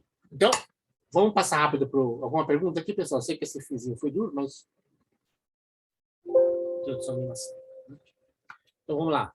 A gente vai ver percepção visual e introdução à animação. Né? Vamos lá. Então, na verdade, por que a gente vai falar disso? Então, deixa eu só recuperar essa ideia, a gênese da ideia de animação. Né? Primeiro que estava no programa, na ementa, né? Ou no programa. É que vídeo a gente não consegue dar com mais propriedade, porque vídeo exige finalizar todo o curso e aí dá vídeo. E aí tem uma matéria de produção codificação de vídeo que no fundo pega esse gancho. Animação não, animação dá para dar no meio. Então a gente inseriu Porque a animação é vídeo, é aplicação de vídeo, usa conceitos de imagem e introduz conceitos de vídeo. Tá? Então, a gente, inclusive, faz laboratório disso, né? Depois que a gente começou a fazer, deu mais... Introduziu a animação, inclusive no meio da codificação. Então, até que a gente tem o JPEG 2000, que é DCT e Wavelet, né? No meio a gente está dando vídeo. Por quê? Animação. Porque ela serve para os dois, na verdade, né? Tá? Então, imagem de movimento é igual a vídeo, combinação disso pode gerar um filme, né? Mas, na verdade, um filme também tem que ter a parte de áudio, né? A gente não vai juntar... No curso, a gente não vai juntar essa parte. Paciência. Estamos dando tudo separado. Né? Conceito de percepção visual. O olho humano, sistema visual humano, a gente viu codificação visual. Percepção é a influência do tempo. Então, agora, como é que o tempo é processado no sistema humano, né? Tá? Então, é a percepção visual e entra o tempo. Na verdade, são sistemas temporais no cérebro, né? Vamos lá. Ou, antes também, que é no sistema do olho humano, né? O olho humano e o sistema visual humano podem processar de 10 a 12 imagens separadas por segundo. Então, a gente consegue, a cada segundo, processar 10 imagens. Professor, não dá para fazer mais? Dá, acho que até 15, no máximo. Mas aí é pessoas muito especiais, tá? Muito especiais, né? 10 acho que é o normal, né? Até um pouco menos, né? Mas 10 está bem. Né?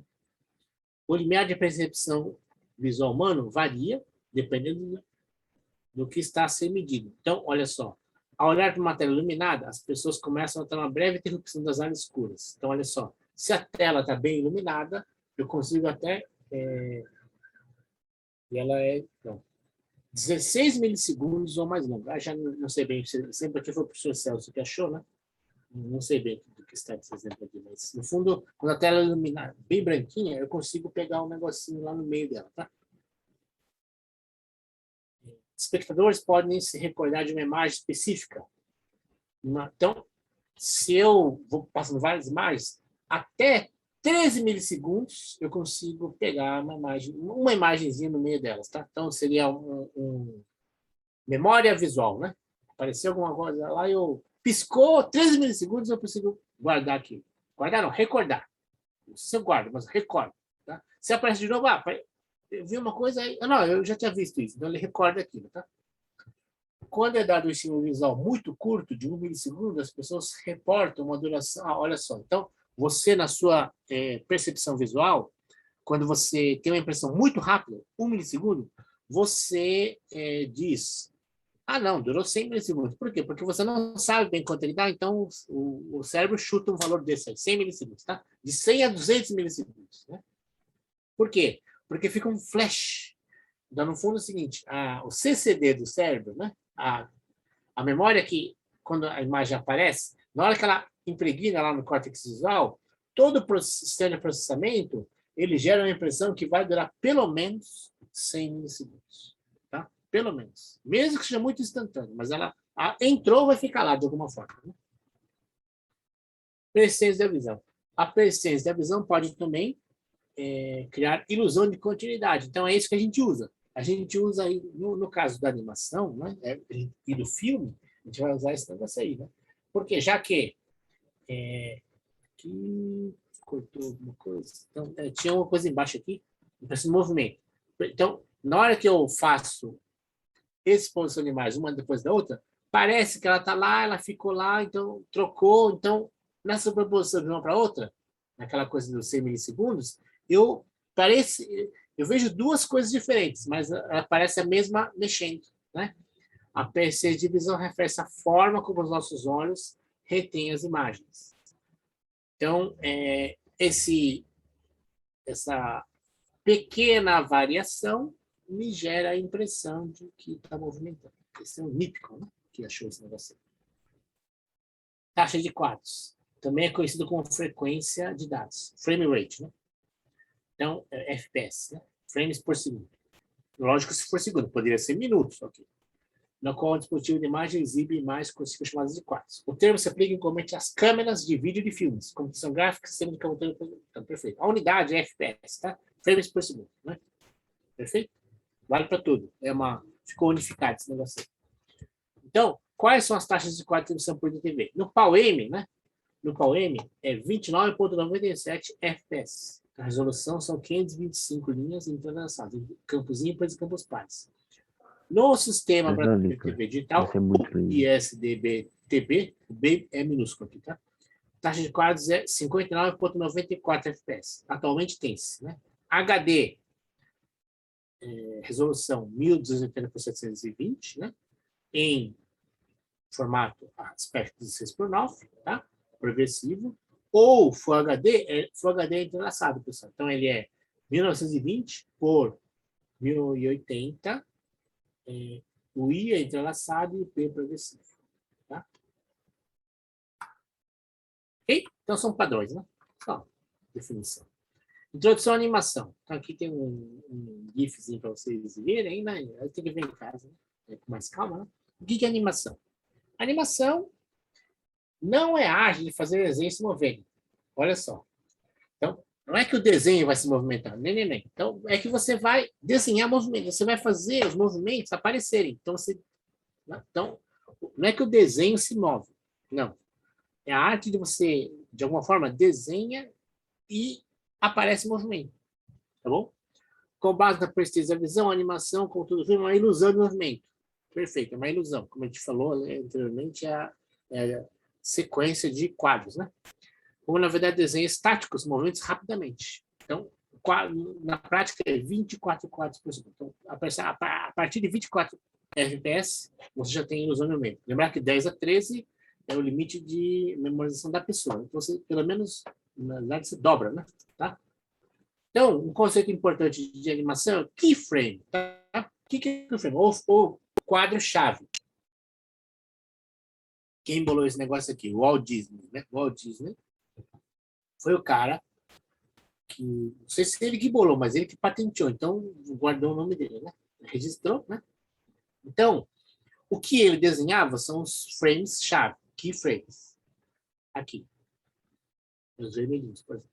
E aí ele contratava desenhistas para completar os outros, tá? Então, por quê? Porque aí ele dizia, ó, esse aqui são os quadros-chaves, e aí a gente tem que fazer completar, né? Completar os frames do meio, né? Então, olha só, aqui um exemplo de uma bolinha, né? Que ela subiu, depois está lá em cima, já no ápice, vai descer, vai chegar na ponta prévia subida, né? Prévia descida de novo, a gente deu ripping e outro ripping. Então, aí, os desenhistas que ele contrata tem que fazer os outros, né? Tá? Os outros quadros, os keyframes, são os que o principal faz, né? Os quadros chaves. E os outros fazem twinning. Twinning complementa, né? Complementam os outros quadros que os keyframes foram dados para eles e o cara vai lá e complementa, tá? Então, por exemplo, aqui, esse aqui é tirado do livro do Walt Disney, tá? Então, o Walt Disney fez aqui acho que é da Branca de Neve, né? E acho que é algum desenho famoso do Walt Disney. E aí os desenhistas têm que os desenhistas contratados fazem os twinning, tá? Então, graças a Deus. Então, olha só, a gente também faz assim, só que a gente não é o Disney, mas a gente tem o Blender ou Maya. Então, a gente define quem são os keyframes, define lá, né? No laboratório, vocês vão ver. Então, vai ter um vídeo lá que eu mostro, né, no Blender como é que faz. E aí você define os keyframes, define mesmo. E aí o Blender vai fazer para vocês os twinning, tá? Vai preencher o que falta para dar o FPS que você quer, né? Tá? Quaternos. Então, o que são os quaternos? Isso aqui é mais para quando a gente usa... Bom, o Blender também usa isso, mas o Unity, né? Que é o software que usa para jogos, para fazer animações, ele usa... o sistema de base dele não é uma base vetorial, né? Porque os vetores, eles têm 3 componentes, X, Y, Z.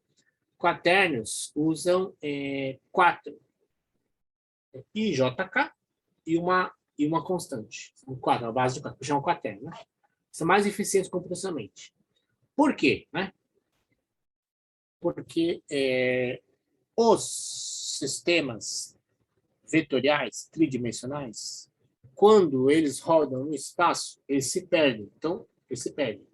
Então, para evitar a perda, tem que fazer mais conta. No fundo é isso. Então, o sistema vetorial com mais conta é pior do que o sistema de 4 quaternial, que basicamente só tem que fazer o quê? Só tem que fazer uma normalização. Aqui, ó. Cada vez que se interpola, o quaterno deve ser normalizado. Isso é o primeiro. E o segundo ponto é que a interpolação com quaternos fica mais natural, pessoal. Então, o que significa isso? Quando eu faço uma animação 3D, e ela faz assim, ó. Tá? Então, meu braço está aqui. E ele vai ficar, né? Assim, não, mas ele vai mudar de eixo, tá? Mudar de eixo, assim. Na interpolação linear por matrizes e vetores, poderia fazer isso aqui, ó. Por quê? Porque é natural ele mexer num eixo e depois fazer no outro. Quaterno faz direto. É isso que acontece. Então, professor, não dá para evitar? Dá para evitar, mas tem que fazer mais conta. Então, sistemas de computação gráfica que o braço, quando vai fazer isso, faz isso, ó, tá? Tudo bem? Então, em vez de fazer direto, ele faz uma volta no meio, um 90 graus antes, por exemplo, né? São sistemas que não usam quaternos. Sistemas que fazem direto, sem fazer essa passagem do meio, usam vetores e matrizes, tá? Ângulos de Euler, chama, né? Dependendo do tipo de animação, a taxa de keyframes varia. Por que você pode variar o keyframe? Não, professor, eu preciso fazer sempre 24 FPS? Não. 48? Não. Por exemplo, passa helicóptero, né? Você está vendo lá que você sabe que o olho sabe que está girando. Então, você põe um aqui, um ali, 3 já valeu. 3 FPS já valeu, tá? Pessoa dormindo, né? Tá dormindo lá, só a boca mexe. Então, cara, põe 2 FPS, tá bom. Bola quicando, como eu vi o exemplo que eu dei anteriormente, né? O Walt Disney colocou 6 lá, bota 12 já tá bom, né? Basicamente, né? Então, por exemplo, 30 FPS pode ser reduzido a 1/3, né? Quem que usa todas essas tecnologias aqui? Game, console e para celular, usa direto. Por isso que reduz o FPS. Mas que qualidade ruim? Ruim para não detonar a bateria do celular, tá? Vamos lá. Rapidamente, pessoal. Métodos de animação tradicionais. Tradicional, 2D com vetor, 3D para computação gráfica e stop motion, né? Então, tradicional, é o Walt Disney. Você desenha twinning, você desenha os keyframes, e aí, a cada twinning, o desenhista tem que fazer tudo, né? Hoje, porém, se faz com um tabletzinho, né? O software de desenho já faz o morph, chama, né? Mas tem que fazer frame por frame, tá? 2D baseado em vetor, né? Faz só pontos, né? Pontos. E o computador desloca... Não, a gente desloca o ponto e o computador faz a ligação. Então, seria figura de arame, palitinho, que você desloca o palito e o computador faz o resto. Esse é o 2D baseado em vetor. Tá? É assim mesmo. 3D para computação gráfica. Aqui, né, tem que usar uma GPU. Né? GPU, como eu falei, ela... Eu falei? Não sei, acho que eu não falei nesse curso. Mas a GPU, o que é uma GPU? GPU é uma placa que tem muitos processadores que eles conta com quaternio e faz interpolação linear de quaternio. Basicamente é isso. Então, significa faz multiplicação 4 por 4 e faz interpolação linear, tá? Que é spline, né? Então, ele não faz mais uma outra operação, mas basicamente, cada CPU CUDA faz isso. Então, se você tem lá 512 CPUs CUDA, tem 512 carinhas, CPUs que fazem conta, multiplicação de quaternio e interpolação linear. Tá? Então é isso. Em vez de desenhar e construir em argila, personagens de animação são modelados digitalmente com esqueletos, rigs, né? A animação é feita... Então, hoje em dia, tem uma coisa bem interessante, eu mexendo com o Unity, né? Deixa eu ver se eu olhei alguma coisa do slide anterior. Não, é isso mesmo. Então, você mexe o osso, tá? Você põe um avatar, né? Um avatar no osso, no esqueleto, no rig, mexe o osso, tá? Mexe o osso só, e o sistema de computação gráfica faz toda a interpolação. Impressionante. Então, você vai mexendo só o ossinho, tá? Vai animando só o ossinho, né? E o sistema de computação gráfica fazendo toda a animação. As GPUs agora estão... Unity incorpora isso, né? Ele faz isso. Você mexe os ossos, tá? E ele vai animando tudo. Aqui, né, pessoal?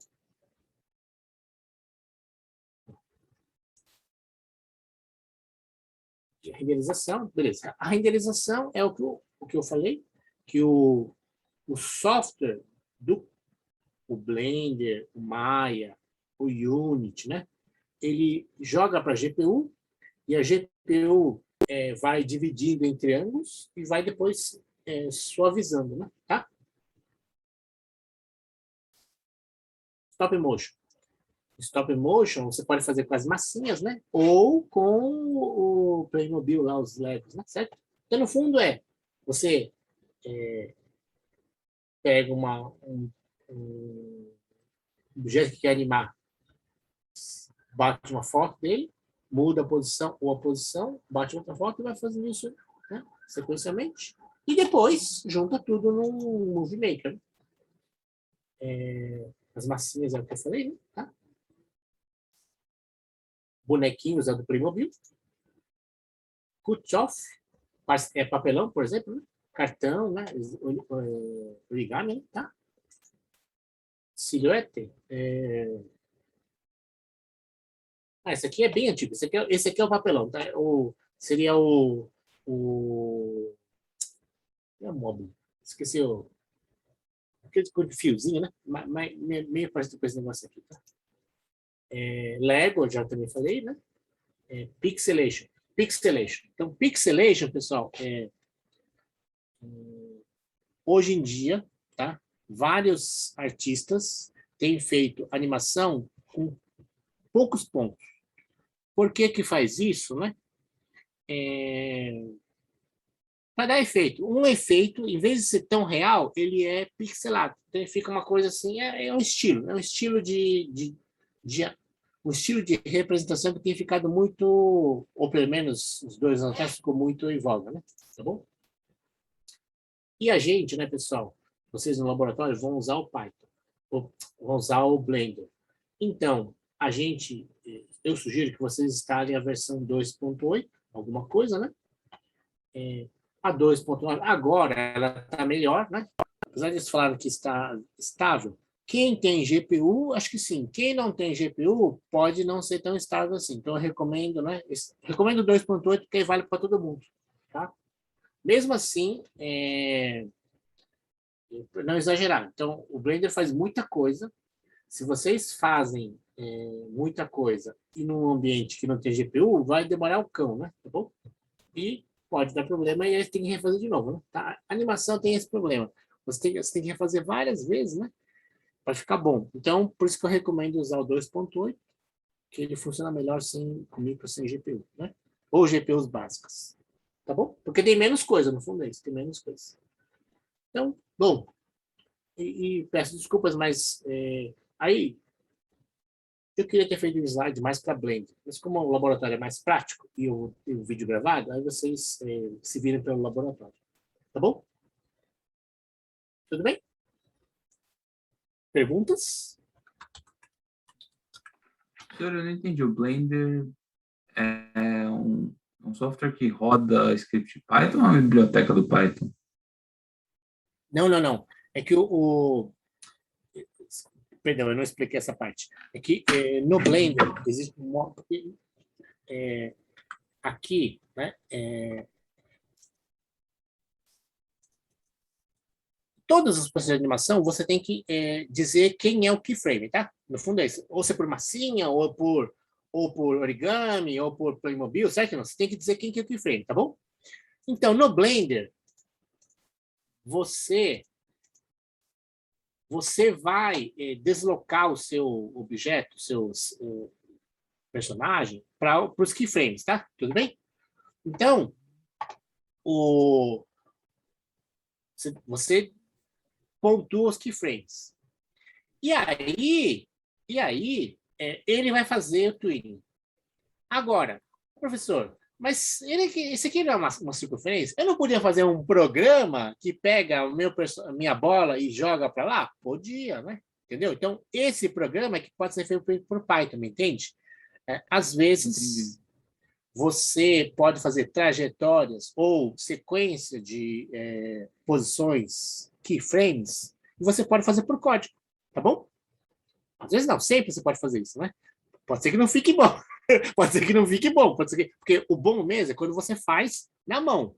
Mas se você está sem tempo ou sem destreza, e pessoal, desculpa, vocês têm que ter um mouse bom. Esse meu mouse, por exemplo, não tá bom. Tá? Esse mouse aqui tem que ter um mouse com bolinha, né? E bom. O meu mouse está dando um jitterzinho. Então, tanto é que para usar o Blender e o Unity, Maya, eu uso outro sistema, né? Então, vocês têm que ter um mouse bom, porque na hora de posicionar, clicar, fica ruim. E aí, qualquer mudançazinha, a animação fica ruim, tá? Então, as posições dos keyframes, às vezes pode ser feito, assim, não, sempre pode ser feito, mas pode ser feito por programa. E o programa que o Blender aceita é o Python, tá bom? Entendeu? Então, é que o posicionamento ou tudo, né? Entrada na música e tal, pode ser feito por código, né?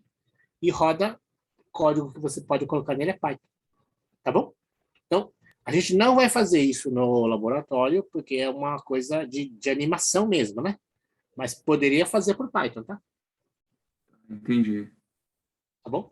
Então, no laboratório, vou mostrar um básico do Blender, e aí vocês, com o tempo, né, e paciência, e gosto, né, vocês façam o que vocês quiserem. Tá bom? Beleza, obrigado. Nada. Então, boa noite, pessoal.